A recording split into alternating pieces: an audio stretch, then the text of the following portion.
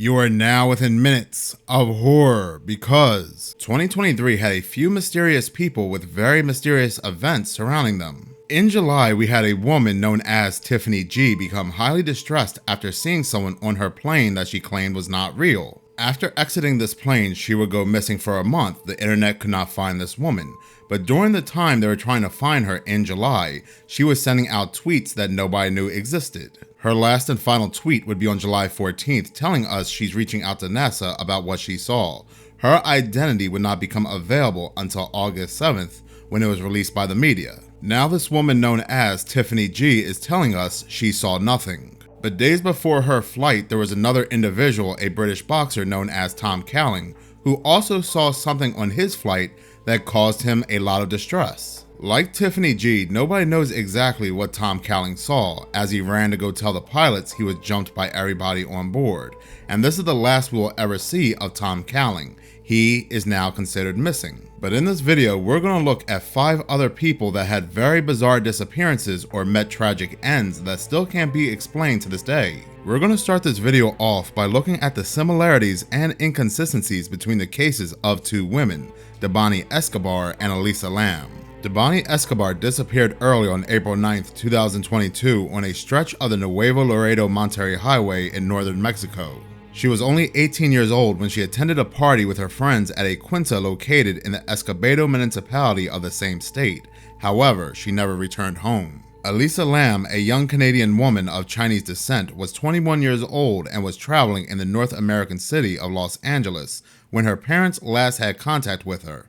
Like Debani, she never returned home. Even though the mysterious cases of Elisa Lam and Debani Escobar happened at least 7 years apart and thousands of miles away, both women disappeared in similar contexts, with loose ends and unfortunately one main factor in common: impunity. The first similarity in both cases lies in the last mysterious photograph that exists of both young women. In the case of Debani, the alleged trusted driver who should have taken her home safely captured the moment when he left her on the side of the road during the early hours of Saturday, April 9, 2022. That mysterious image left several questions about the case for her family, friends, and all the people who followed the case of the young law student, Debani Escobar. There were many questions that would continue to haunt this case, such as, why did the driver leave a teenage woman in the middle of the night on a highway that is known to be terrifying? Why did the driver even decide to take a picture of the road and Debani before he left? And where did Debani go after getting out of the car that would transport her home? When it came to the questions of this case, the incompetence of authorities handling this case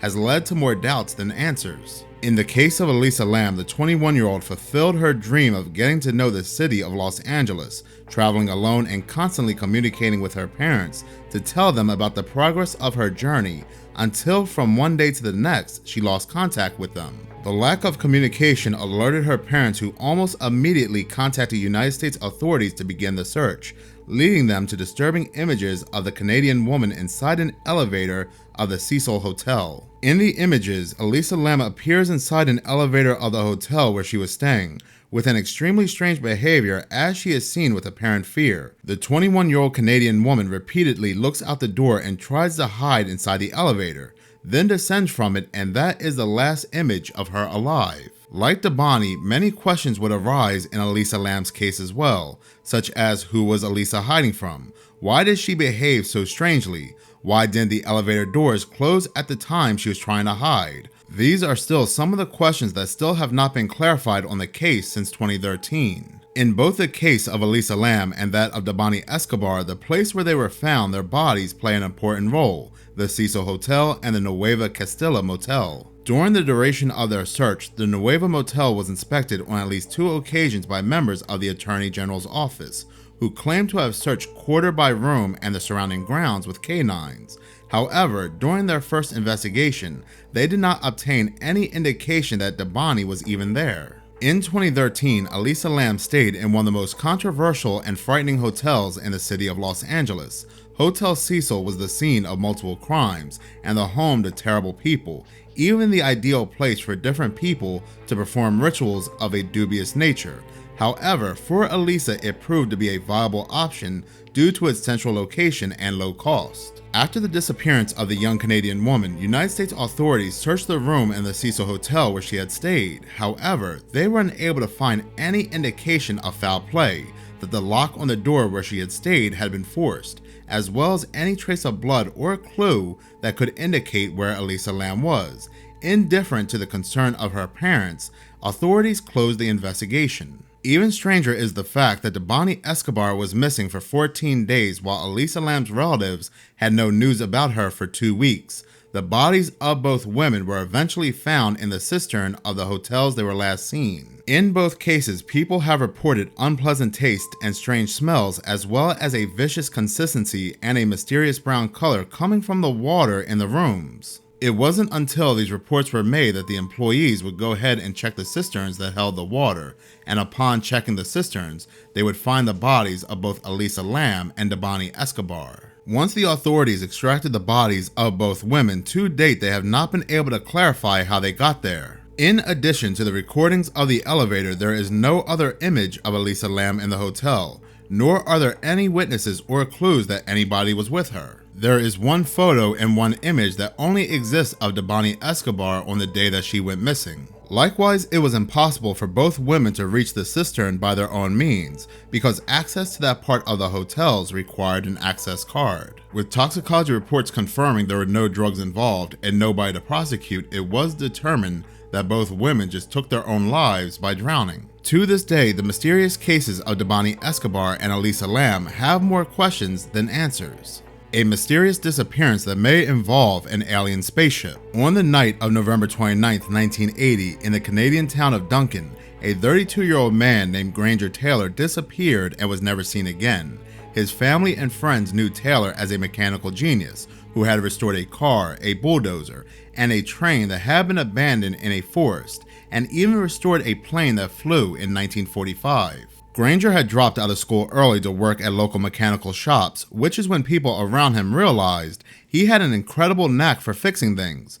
Taylor also believed he could communicate with aliens and had built a life-size replica of a spaceship out of parts he found at the local dump. Painstakingly constructing an actual life-size UFO in his yard over the course of a year, cobbled together from some old satellite dishes and other assorted spare parts and junk, with the end product being fully outfitted with a television, a couch, a bed, and even a wood-burning stove. Taylor began to spend much of his time inside of his UFO, even sleeping there, and often hanging out with his good friend Robert Keller, taking acid and discussing aliens and UFOs. Granger Taylor's fascination with UFOs and aliens had increased, only growing in intensity as time went on. And by all accounts, by this time, he had become completely, hopelessly, and deeply obsessed with UFOs, constantly reading about them and theorizing how they worked, and it got to the point that was practically the only thing he would ever talk about. While this may have just seemed like a fun hobby for Granger, this hobby became even weirder when he started to claim he was in contact with aliens. Taylor began telling some of his closest friends that he was in frequent contact with enigmatic aliens from outer space, which would frequently contact him in his dreams.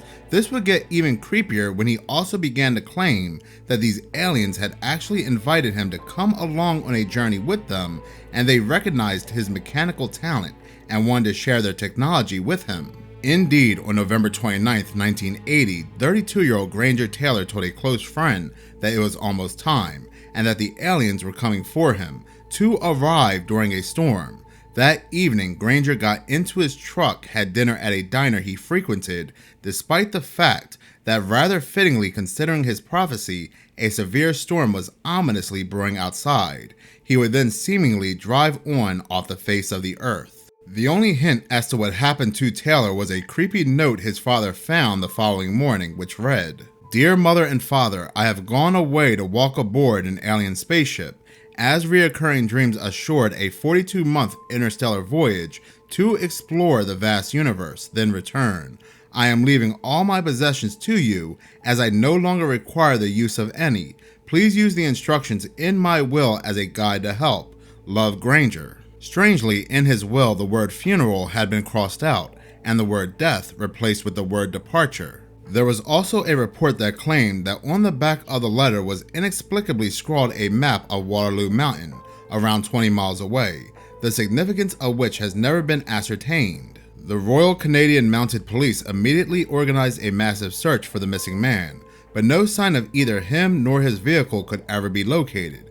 The only possible clue ever found would not be discovered until 6 years later in March of 1986, when a blasted out truck and a few bits of human bones were found 4 miles away from Taylor's property at a dynamite blast site near Mount Prevost. The vehicle was apparently practically disintegrated, reduced to mere scattered pieces by a significant volume of dynamite. Shrapnel had torn the place apart, and the human remains found were mere splinters and tiny pieces and shards. It has never been conclusively determined whether these remains or the truck really belonged to Granger or not. However, at the time they were widely presumed to be the remains of Taylor, since some of the fragments of clothing found at the scene matched the clothes he has been known to have been wearing, and he would be officially declared no longer alive. One of the main theories that sprang up in the wake of Taylor's oddball disappearance was that perhaps he ended his own life, possibly by using explosives to blow himself up, and the note has just been his weird version of a end-of-life note. However, although he was an eccentric mad genius and by all accounts from family and friends, he had not been one to try to end his own life. Despite this, his mental health had allegedly been deteriorating as he rambled on about aliens, and he was reported to have been using a lot of LSD. The idea is perhaps drugs and the delusions of aliens speaking to him had pushed him into a psychotic episode that had driven him to end his own life. Yet another idea was that Taylor had some dynamite in his truck and that it just accidentally went off. He was known to keep sticks of dynamite in his vehicle for the purpose of blowing out tree trunks, so it is possible, but many friends actually disagree with this theory, stating he was too smart to have an accident up on the mountain. There's no way. He knew how to handle explosives. He was basically an expert. Oddly enough, the truck that police said they found was blue, but Granger's friends say that Granger's truck was Pepto-Bismol pink, that they helped him paint it pink, so there's no way that could have been Granger's truck. His friends continue to state that Taylor was the most intelligent, down-to-earth wise man that they have ever met in their life. He was not a nut.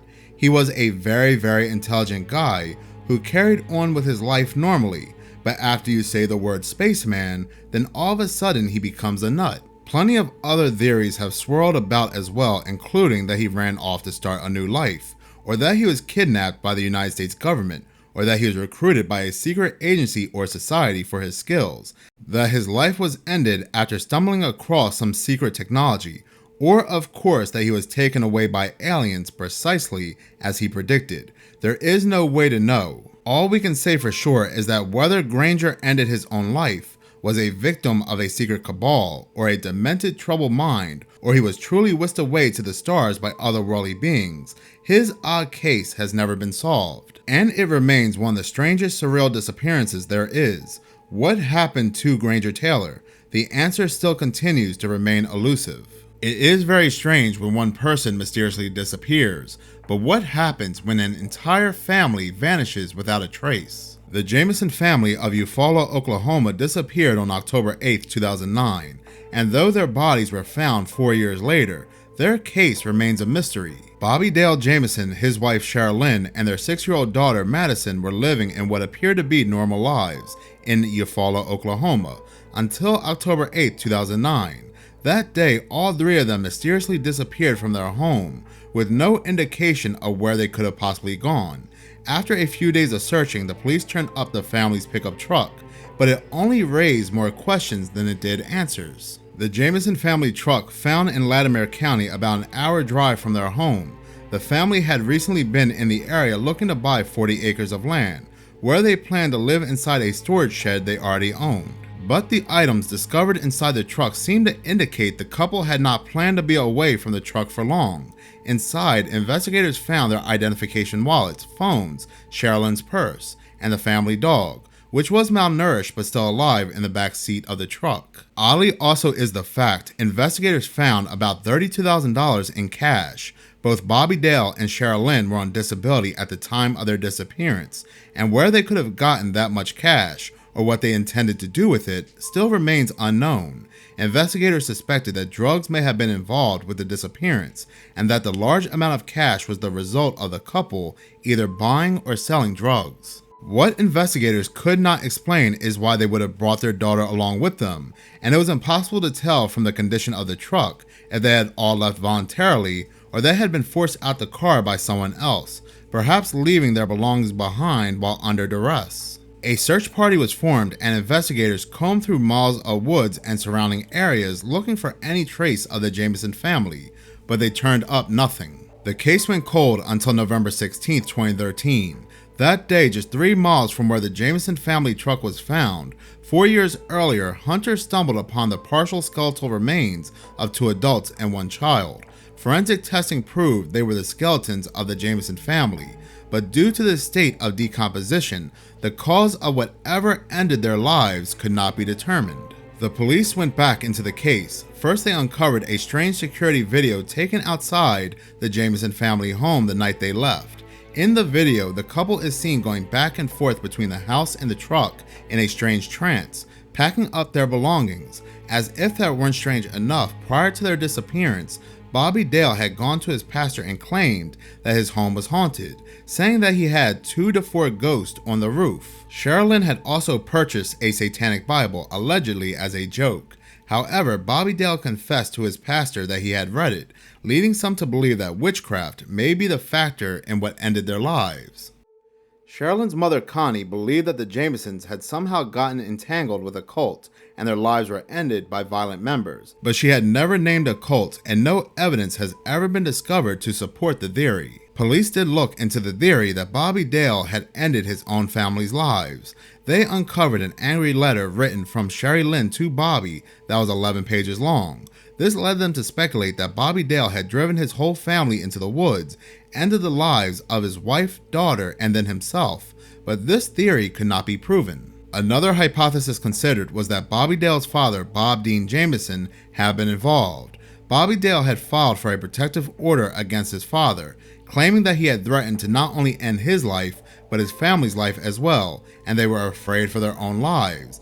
Bobby Dale's petition for a protective order paints the picture of a very dangerous man who thinks he's above the law. He was involved in gangs and drugs. However, Bob Dean Jamison lost his life a mere 2 months after the Jamison family went missing and had been in poor health for some time.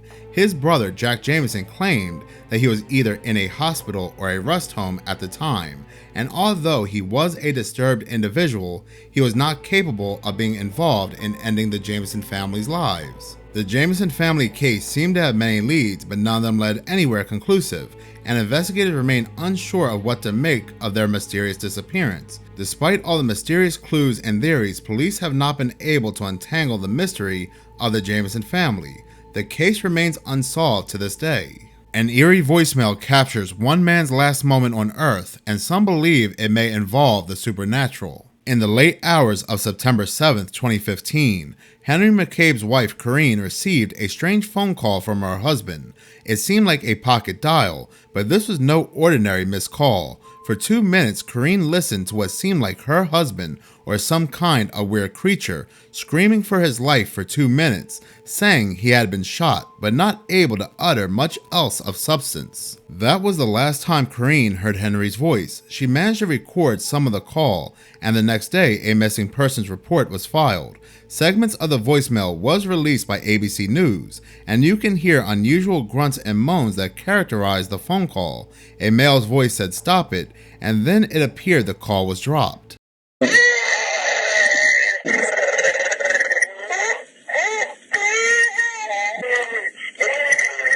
Before Henry McCabe went missing, he was seemingly having a good night with friends at a local club in Minnesota. He had been hanging out with his friend William Kennedy all day, and his friend had dropped him off at a gas station after they were done partying. The troubled voicemail happened afterward at around 2:28 in the morning. Henry McCabe's disappearance was cold turkey. He seemingly vanished without a trace after the bizarre phone call. There was no activity in his bank account or with his work, or even on his phone. But his phone was disconnected after the mysterious voicemail message. Because of this, a massive search and rescue team was dispatched, but it would be months before they found his body. On November 2nd, 2015, about 8 weeks after Henry McCabe disappeared, his body was found by a kayaker at Rush Lake, 6 miles from the gas station where his friend dropped him off. Contrary to McCabe's voicemail message, there was nothing indicating that guns had been in play. There was no gunshot wounds on him at all. In fact, the medical examiner found no traces of any injuries, and whatever ended his life was not viewed as suspicious. With no cause ever being determined, the case remained open. According to David Singleton of the Minnesota Police Department, McCabe's disappearance is utterly perplexing. He does not believe the idea that he just wandered off that far on his own, and the audio does not support the idea that whatever ended his life was not suspicious. An autopsy report indicated that Henry McCabe probably just drowned. Law enforcement considered homicide and even the possibilities that he took his own life. The case remained open due to the bizarre voicemail message that now seemed to have little to do with his death by drowning. Surely it contained clues to his disappearance. It was even analyzed by the FBI, but no concrete information was ever released. Henry McCabe's friend, William Kennedy, was never linked to the crime, though he was the one to drop off Henry at the convenience store on the night he disappeared. Apparently, one of the distinguishable words on Henry's audio tape was Pappas, which was William's nickname as well. Then there was the fact that he turned in McCabe's keys and wallet, but under the guise that he took them the night he partied with McCabe, because he was trying to prevent Henry from driving himself home. When William gave his statement to police, he initially described a gas station where there was no evidence of himself or Henry. Later, an investigation of local electronic video surveillance at different stores confirmed it was another gas station location. Henry's wife Corrine was mystified as to why William would leave Henry at a gas station at 2 o'clock in the morning. Why would you not just drop him home? A lot of perplexing and unsatisfying angles to McCabe's disappearance were never investigated. The issue with Henry McCabe's disappearance is that Henry McCabe does not seem like one of the typical people who is dissatisfied with life and leaves it all behind for a fresh start. At the time his life had ended, he had been married for 11 years, he had 2 kids, a job he apparently loved. By all accounts, he was a Minnesota state auditor. Those who knew Henry said he would never have drowned himself, that somebody was inflicting harm on him.